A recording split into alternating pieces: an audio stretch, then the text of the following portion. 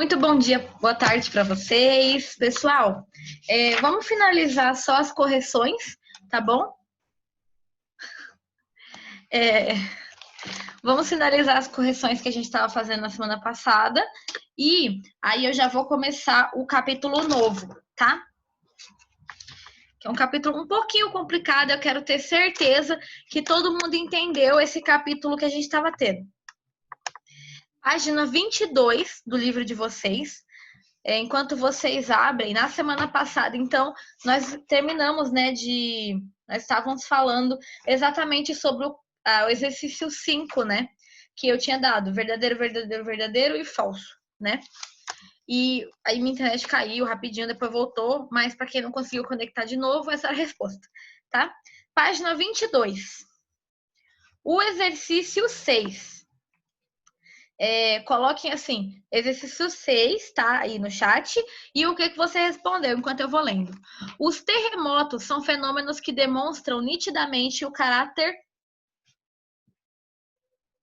Qual página? Página 22. O caráter dinâmico da Terra. Considerando esses eventos, assinale as afirmações abaixo. Primeira opção, né? Então ele quer saber, dentre essas, quais são verdadeiras. Os abalos sísmicos que ocorrem no Brasil são de baixa intensidade e, na sua grande maioria, resultam das forças geológicas que atuam em toda a placa que contém o continente sul-americano. Essa tá certa? Sim, ela tá certa. Por quê? De fato, a gente não tem abalo sísmico de tanta intensidade, né? Os nossos tremores aqui, eles são apenas as ondas a mais, porque nós não estamos em regiões de contatos de placas tectônicas, que é onde mais acontece os abalos sísmicos. Qual página? Página 22. Opção 2, né? Os terremotos podem ocorrer na área de contato entre duas placas, assim como no interior das mesmas. Acontece terremoto tanto na área de contato quanto no meio delas? Sim, os dois casos acontecem. Normalmente, Amanda, você que entrou depois, estamos terminando de corrigir os exercícios, página 22, tá? Eu estou corrigindo a questão 6. O que vocês precisam entender? A maioria dos locais de tremores são esses locais onde as placas tectônicas se chocam, mas não são os únicos, porque isso depende de epicentros, né? Que a gente estava estudando. Então, normalmente é em região de contato de placa, mas não necessariamente é o único local que acontece. Até porque o tremor pode ser sentido em muitos quilômetros além disso. Que foi, João? Não sei, tá tudo bem? Tá acompanhando? Tá entendendo? Beleza. E a 3, quando ocorre um abalo sísmico,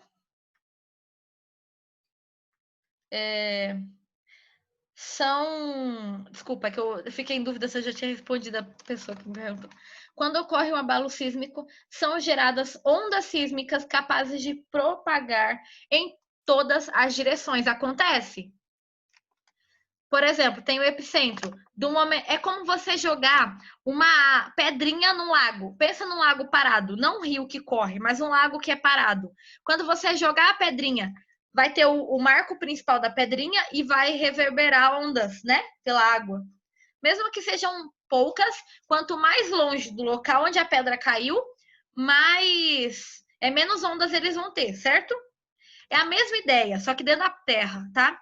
E aí, então, quer dizer que, apesar de existir o epicentro, em volta dele, em todas as direções, em todas as direções, vão tendo ondas, né, que vão ser propagando, tá? Que página? Estamos corrigindo a página 22, exercício 6. Deixa eu mostrar para vocês. Então, qual que é a alternativa correta?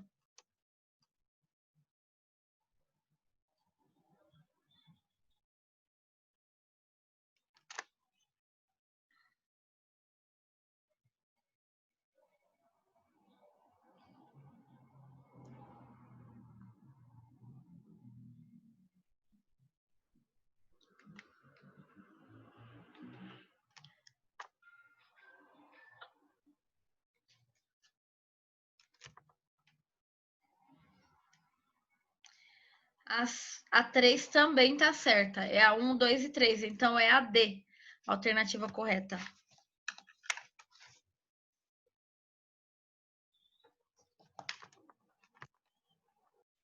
A resposta correta, então, é a D, tá bom? Gente, a 7. A figura a seguir numera 3 processos que ocorrem no planeta Terra. Analise a imagem e explique cada um deles, relacionando-os. Eu vou... Tá, eu já volto nessa, tá bom? Se vocês quiserem escrevendo aí enquanto isso, eu vou aceitar a resposta.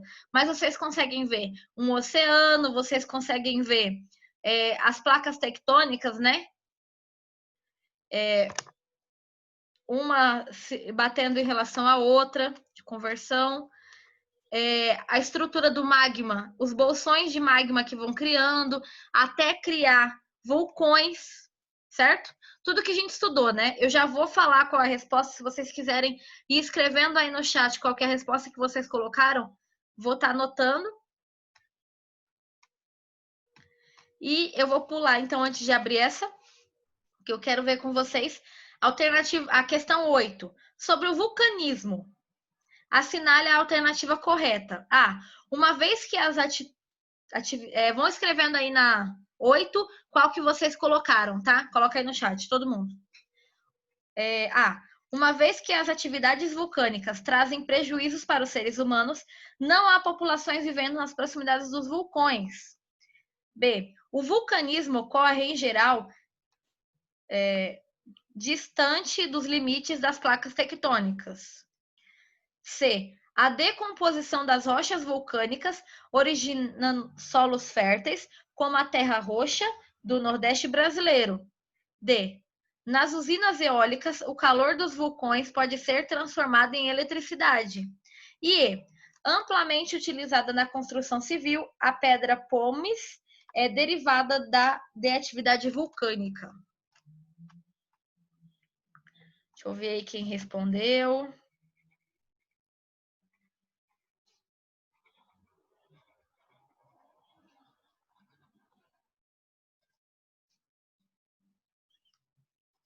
Ô, Gabriel Filho, coloca aí que alternativa você colocou.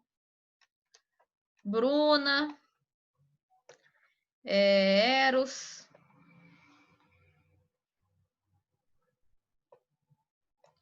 Ana Sofia.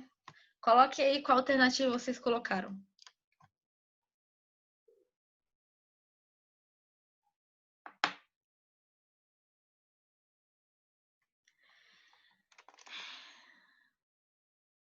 Entendi. Gente, a alternativa correta dessa é a E. Eu sei que muita gente colocou a A e a B, são as coisas mais conhecidas, né, pra gente. Na verdade, o próximo conteúdo vai falar sobre rochas e que existem as rochas vulcânicas, né? As que são produzidas pelo magma, tudo mais. Mas eu quero que vocês saibam que essa daqui era a E. Por que a A tá errada? Porque, apesar de realmente prejudicar, né, os seres humanos, os vulcões, quando entra em erupção, muita gente ainda continua morando lá perto, tá? Então, isso não interfere nesse quesito. Na B, ocorre em geral distante dos limites das placas tectônicas? Não, normalmente ele acontece exatamente nos limites, porque é onde o magma, as placas chocarem ou se separarem, o magma sobe, né? O que acaba gerando os vulcões, né? Ok, é a E. Qual a resposta da 8? A E.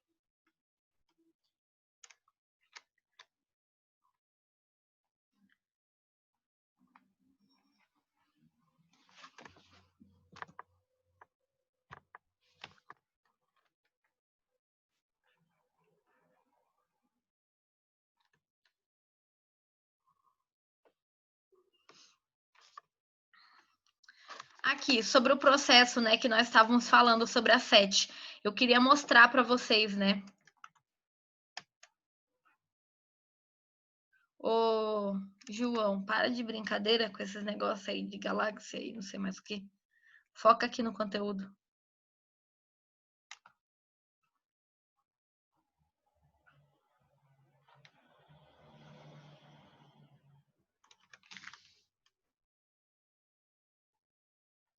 Qual a resposta da 7?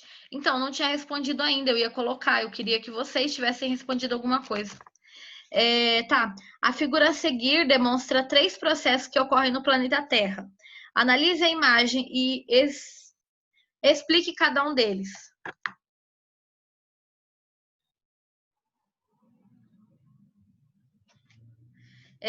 O processo do número 1 se refere às correntes de convecção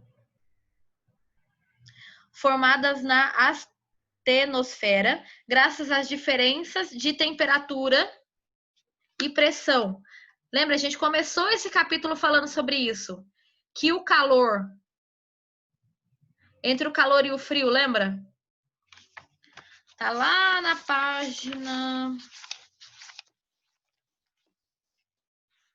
página 5, que o calor ele sobe e o frio desce, né? E aí eles vão tendo essa zona de convecção, tá? E é isso que está explicando aqui. Em que áreas mais quentes sobem e as mais frias vão descendo, gerando o movimento do próprio magma que está dentro da Terra, tá? Mais para baixo e para cima do quê? Mais próximo do núcleo e mais próximo da superfície, tá? Esse magma ele vai se estruturando. Esses movimentos provocam o deslocamento das placas tectônicas. Lembra que é nesse movimento de convecção que as placas vão se mexendo em cima, de acordo com o magma vai se movimentando embaixo? Como se pode ver no número 2. O deslocamento das placas, por sua vez, leva ao cúmulo de pressão que, ao ser liberado em forma de energia, provoca abalos sísmicos.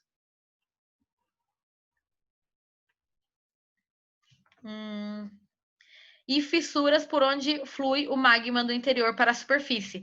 Por exemplo, pode ser nessas fissuras, podem ser nesses locais aqui, olha, que são secundários, tá? Mas que ainda assim tem facilidade de sair o magma. Tá vendo?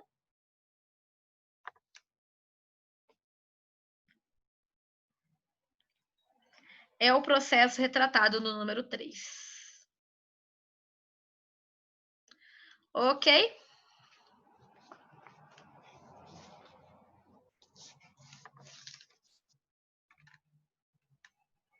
Posso tirar?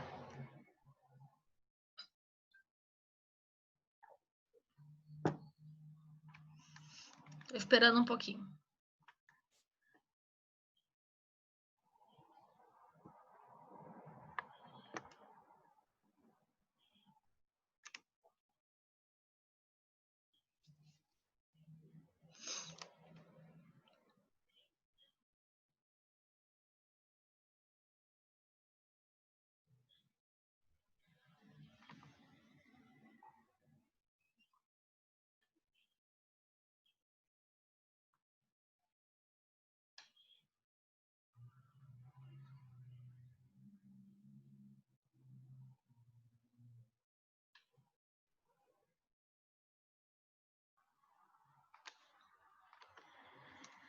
Enquanto isso, eu vou lendo a 9, da página 23. Leia o texto e analise as imagens a seguir.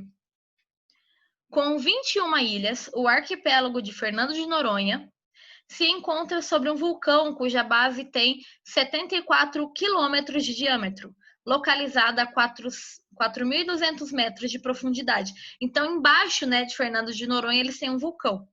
Existia há mais de 20 mil anos, a cratera vulcânica submersa faz parte de uma cadeia de montanhas da parte atlântica da placa sul-americana.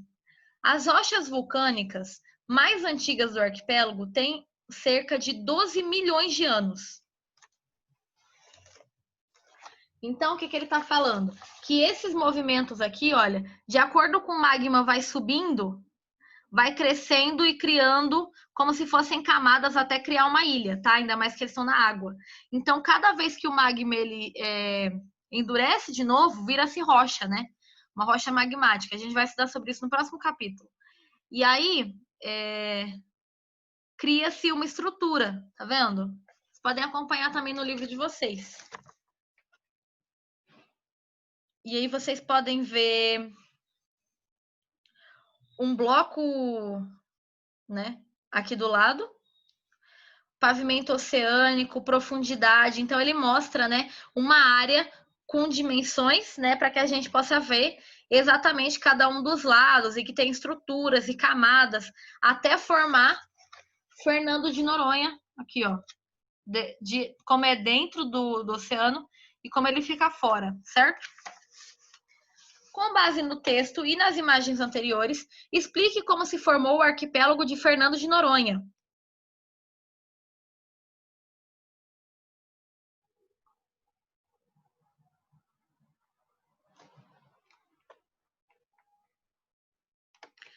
As paisagens, então, de Fernando de Noronha resultam de um período em que ocorreu intensa atividade vulcânica, ou seja, os vulcões entraram, o vulcão ali, né, entrou constantemente em erupção, ampliando. Opa, por exemplo, né, aqui entrou uma vez, aqui mais um pouco, e outra vez, até que o magma foi criando rocha uma em cima da outra, certo? A erupção das lavas formou os cones vulcânicos que depois sofreram desgastes, erosão, com a ação principalmente dos ventos e das águas. Então, vários fatos, né, permitiu com que eles fossem se modificando por fora, não só por dentro. Lembra que nós estamos estudando? Então, é uma forma de agente interno que modifica a nossa paisagem externa, tá? Agentes externos que a gente já estudou desde o início do ano. O vento, a chuva, a areia, o próprio homem modifica a paisagem, né? E agora os agentes internos, a gente estudou os abalos sísmicos, as placas tectônicas, os magmas, os vulcões.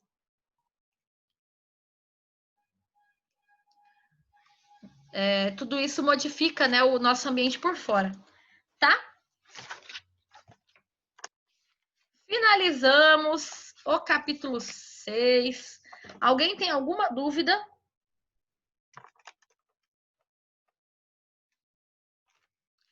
Todo mundo entendeu tudo, foi?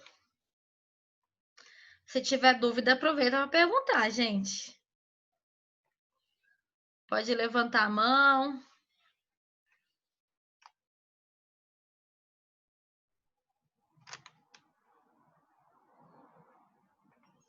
Não?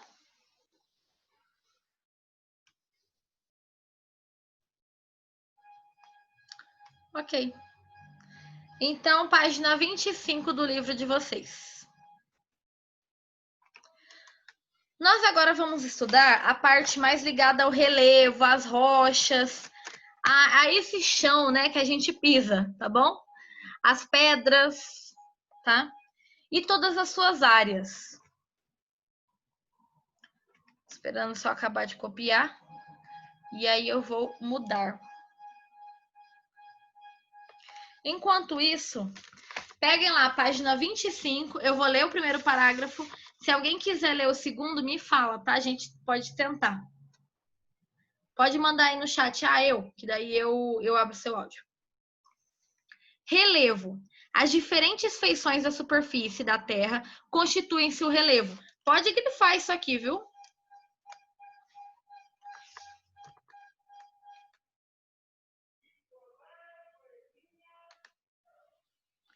Arthur, você está copiando? Arthur? Tá copiando?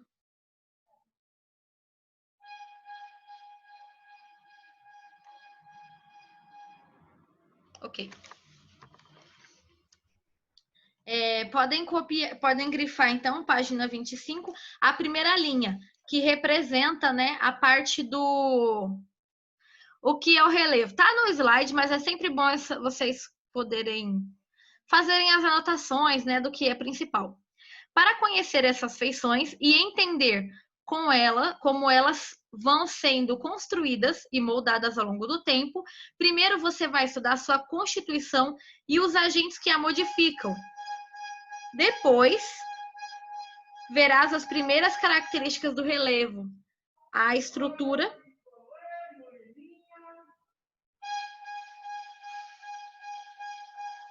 Tem um cara do picolé tocando aqui na frente da minha casa super alto.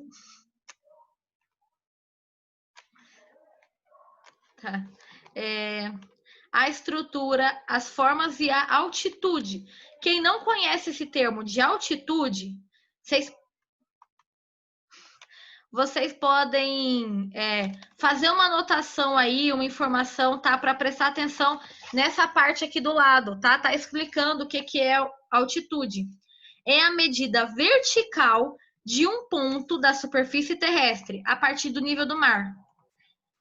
O nível do mar, então, é 0, tá? Então, isso daqui seria o nível de medida. Acima do nível do mar, quanto mais acima, maior a sua altitude, tá bom? Ela pode ser percebida nas variações dos terrenos. Ao se deslocar por um caminho qualquer, é possível notar subidas, descidas, áreas planas, entre outras feições. A altitude diferencia da altura, que é a medida vertical da base ao topo, por exemplo, de uma montanha. Por exemplo, aqui ele até está dando, né, a diferença da altitude é desde o nível do mar até o quão alto pode ser o topo da montanha. Agora, a altura é, por exemplo, do nível da terra, o quanto isso pode ser alto, tá? Então, aí, por exemplo, tem a ver com a altura que a gente está acostumado. A altitude tem a ver com o nível do mar, tudo bem?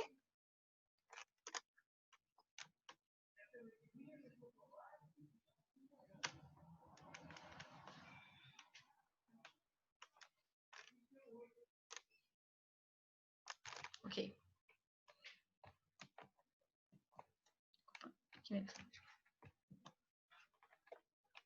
Aqui, olha, vocês podem ver, né? Nível do mar, altitude, tá? E a altura, olha aqui é o nível da terra. Seria mais ou menos onde você... Digamos que você está fazendo uma caminhada e você quer subir lá para o pico do morro. Aqui é onde você está. Agora, a altura é todo esse ponto. Agora, a latitude é do nível do mar, o quanto esse ponto pode ser o mais alto, tá?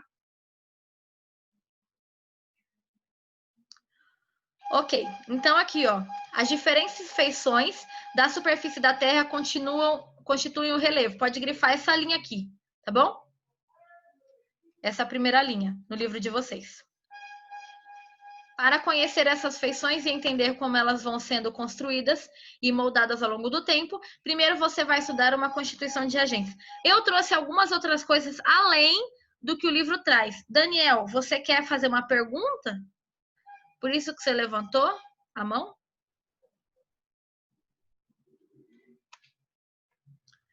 O Eros quer ler. Vou abrir para você, Eros. Eros. Qual que eu leio, professora? Essa aqui, ó. Do título até aqui, tá? Tá. Constituição do relevo rochas. Uma rocha é um agregado sólido constituído por uma ou mais minerais. Peraí, pessoal, podem grifar, rapidinho, podem grifar então essa parte aqui, olha, porque tá explicando, né, o que significa uma rocha, tá? Continua, desculpa. Cristalinas encontradas na natureza e com uma composição química específica, quanto o mineral tem valor comercial, ou seja, é procurado e comprado por pessoas e indústrias, ele recebe o nome de minério. No Brasil existem diversas reservas minerais, destacando-se os metálicos como ferro, ouro, bauxita e manganês. Minerais metálicos estão associados à estrutura geológica cristalina. As rochas que Peraí, tá compõem bom, até aqui. Tá bom, obrigada. Obrigada, era até aqui. Então, vocês aprenderam, por exemplo, já conseguiram ver, podem grifar? Rocha, então, é um agregado sólido constituído por um ou mais minerais, que são essas substâncias cristalinas que a gente tem na natureza, tá? No Brasil, realmente, a bauxita e o manganês é muito vendido, muito utilizado, assim como o ferro. Hoje em dia, o nosso ouro tem muito pouco. Não só porque foi extraído muito, mas porque as partes que tem não tem muito acesso. Daniel, você queria ler? Tá bom, peraí um pouquinho. Antes disso, tá vendo que ele tá falando aqui estrutura geológica cristalina? Para isso, para explicar isso, porque eu acho que vocês não tiveram, talvez tenham tido quando eram mais novos. Eu decidi fazer aqui. Opa! Estou fazendo ainda os slides para as próximas aulas já. Então, vocês têm aqui, olha, por exemplo, estamos estudando, vimos o relevo, né? É a parte superficial da litosfera, a camada sólida da Terra, a litosfera, né? Podem ser modificadas. Nós temos vários tipos de relevo. Podem ser relevos altos, baixos, planícies, planaltos, tá bom? Opa! Aqui alguns tipos, olha, os oceânicos, relevos continentais. Então, no continente, temos planícies, planaltos, depressões, que são essas partes mais baixas. Tem que ser aqui, que aqui é continental. De depressão são áreas mais profundas, tá bom? Depressão 10 aqui, ó. Uma área que é tipo um buraco, sabe? Uma serra, aqui, ó, no 11. O 12, uma cordilheira, tá bom? E nós temos os relevos oceânicos, que são as formas, então, que aparecem apenas nos oceanos. Tá? Depois eu mostro melhor isso, porque daqui a pouco vai acabar. Tá, deixa eu focar, vai. Então, nós temos opções, né, de relevo no oceano. Nós temos as dorsais oceânicas. Olha o 1 aqui, certo? A 2, a fossa oceânica, que é quando é um buraco, tá bom? Tá vendo que na dorsal é aquela ideia, quietinho neném, aquela ideia de que é um pouquinho mais alto. Planície abissal, aqui na 3, tá vendo que é mais plano? Uma ilha na 4, já tem uma parte para fora, né? Tá vendo que essa ilha também fica perto de um vulcão? Muitas das ilhas são feitas com componentes de magmas, tá? Ou vulcânicas. Um talude continental, a 6 aqui, olha. Essa estrutura. E a 7, uma plataforma continental. Então, é a chegada, né, mais alto para o continente. Quando você olha que um oceano, ele costuma ser bem mais fundo. Quanto mais para dentro do oceano, mais fundo. Quanto mais próximo à borda, mais raso, né? E aí a gente falou dos componentes geológicos. E aí eles podem ser 3.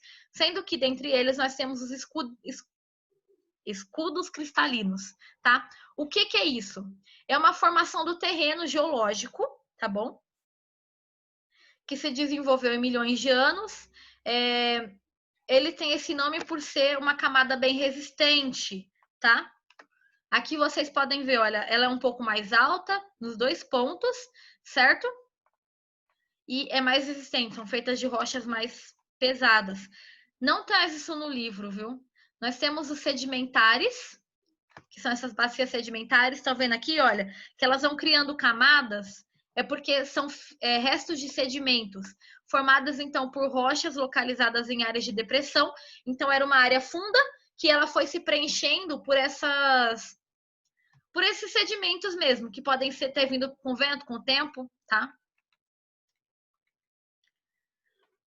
Que acumularam espessas camadas ou estratificações formando por rochas sedimentares. Então, por exemplo, as rochas sedimentares elas foram se soltando até criar essa estrutura. Nós temos aqui um exemplo de uma sequência dessa, né? Então, nós temos aqui a disposição dos sedimentos nos oceanos, deposição, né? Então, nós temos vários restos de pedras, né? E produtos que vão acontecendo mesmo na natureza. Acúmulo de sedimentos, formação das camadas. Então, cada vez que tem um monte de sedimento, acumula uma camada. Tem mais um monte de sedimento, acumula outra camada. Tem um monte de sedimento, acumula mais uma. Tá vendo que acaba, que a formação, olha, vai dando até para ver? Quem nunca viu passando em algum lugar, bem divididinho as camadas da Terra. Ou de um paredão. Eu trouxe outra imagem aqui para vocês verem. Aqui, olha. Outra forma, tá vendo? Ela foi, então, criada por meio desses sedimentos que foram se acumulando ao longo do tempo, tá? Outra opção aqui para vocês verem. As bacias sedimentares, depressões relativas, né? se preenchendo desses sedimentos, até criar novas camadas, né?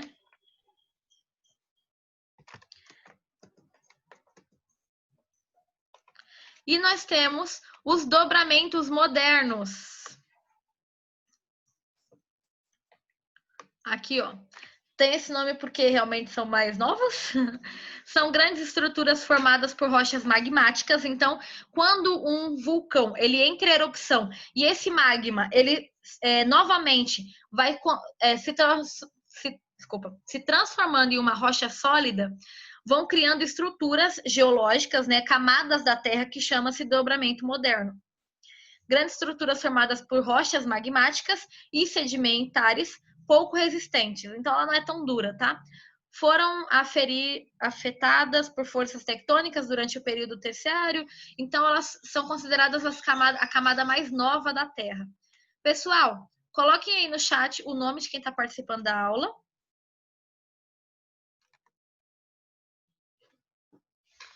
E, enquanto isso, Daniel, leia aí essa parte que a gente não leu. Aqui, olha. Sim. Pode ler. Compartilhar.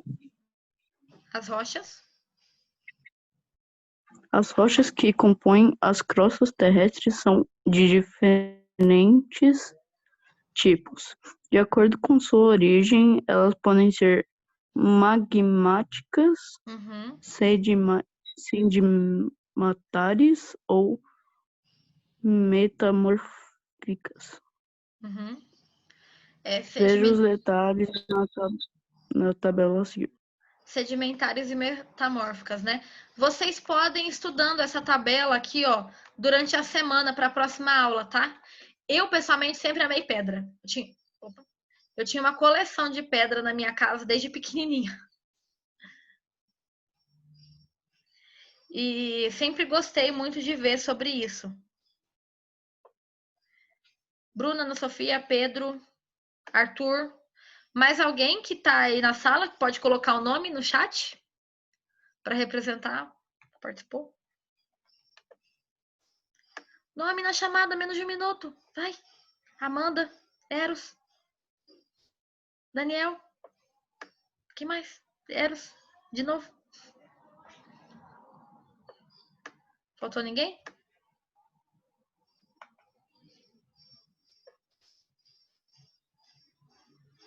E o Pedro, né? Que não falou nadinha.